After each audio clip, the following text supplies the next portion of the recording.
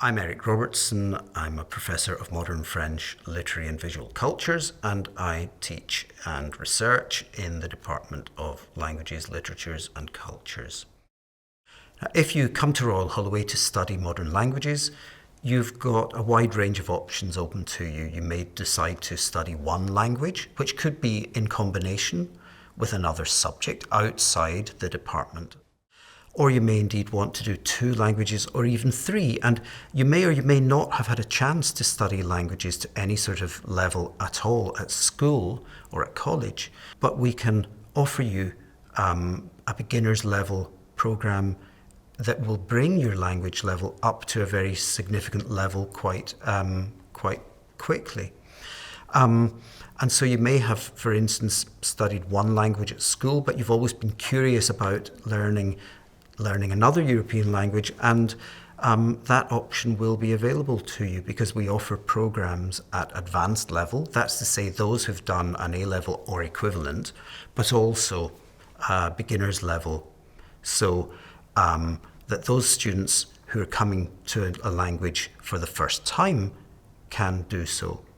And those of our students, if let's say you have a language that in which you're effectively bilingual, we also have a pathway for native speakers. So I think that we cater for a very wide range of levels. As a languages student, you might be wondering, well, what careers would be open to you? And typically people will say, well, the options are teaching or translating. And of course, yes, we do end up seeing some of our graduates going on to do those careers. But you'll find that a languages degree is also an extremely useful basis to go into all manner of professional environments that might involve the heritage sector, so museums and galleries, etc. Or let's say law, business, all sorts of management roles. We've found that over the years our students have taken up a huge array of different managerial positions, the civil service, the retail sector, publishing. There's a really wide array of options that will be open to you. And as a graduate in modern languages, you have skills that will set you apart from other graduates. And that's especially true if you have taken a year abroad and you've been able to experience a different culture. And our students, they will spend their third of 4 years, their third year they will spend in a foreign country or in more than one foreign country. And the year abroad is just a fantastic opportunity both to perfect your language skills, first and foremost, to end up speaking virtually like a native speaker of that language, but also it's a tremendous opportunity to get to know in a really in-depth way how a different culture works, and to get to understand the language and the culture from the inside. And if you're doing, say, 2 languages or indeed 3, then you will be able to spend a portion of your year abroad in each of your countries, in each of the countries where your languages are spoken. And one of the things about the year abroad that gives me huge satisfaction when I see students come back from their year abroad, they're visibly more confident, more assured, both in terms of their language skills. It's sometimes just astonishing how successfully they've managed to put into practice all the work that they were doing before they went abroad. And also just physically, sometimes, they look visibly more mature. They've had to deal with all sorts of fascinating challenges during their year abroad. And these are things that give you confidence that will help you through your final year for starters. It's a massive boost to your final year if you've got an experience of living in one or more foreign countries under your belt.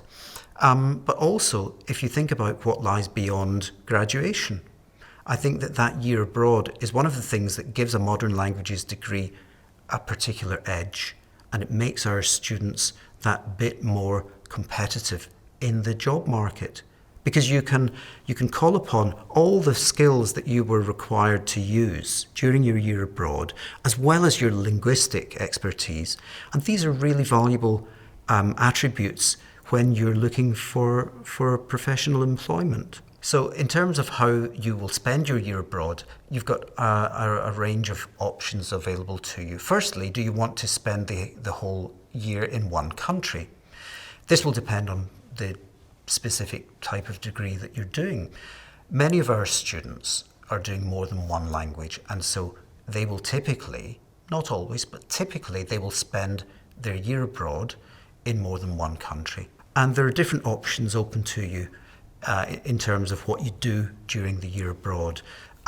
One option would be to take one of our exchange places at universities in various countries where our 4 languages are spoken. We've got bilateral agreements with universities in France, Germany, Austria, Spain, Italy, and also beyond the boundaries of Europe. One of our popular French-speaking options is in the island of Reunion, which is in the Indian Ocean. So besides the university exchanges, you may wish to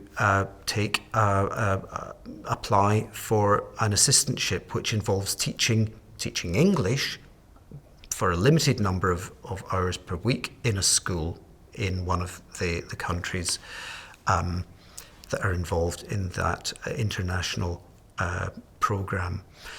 A third option for the year abroad would be to do some paid employment. And every year, I think that roughly equal numbers of our students will do an assistantship in a school, will take one of our university exchanges, or indeed find employment. And of course, in all sorts of different ways, each one of these options is potentially really useful for your career once you graduate, because the kinds of experiences that you will pick up along the way will serve you well in the years to come.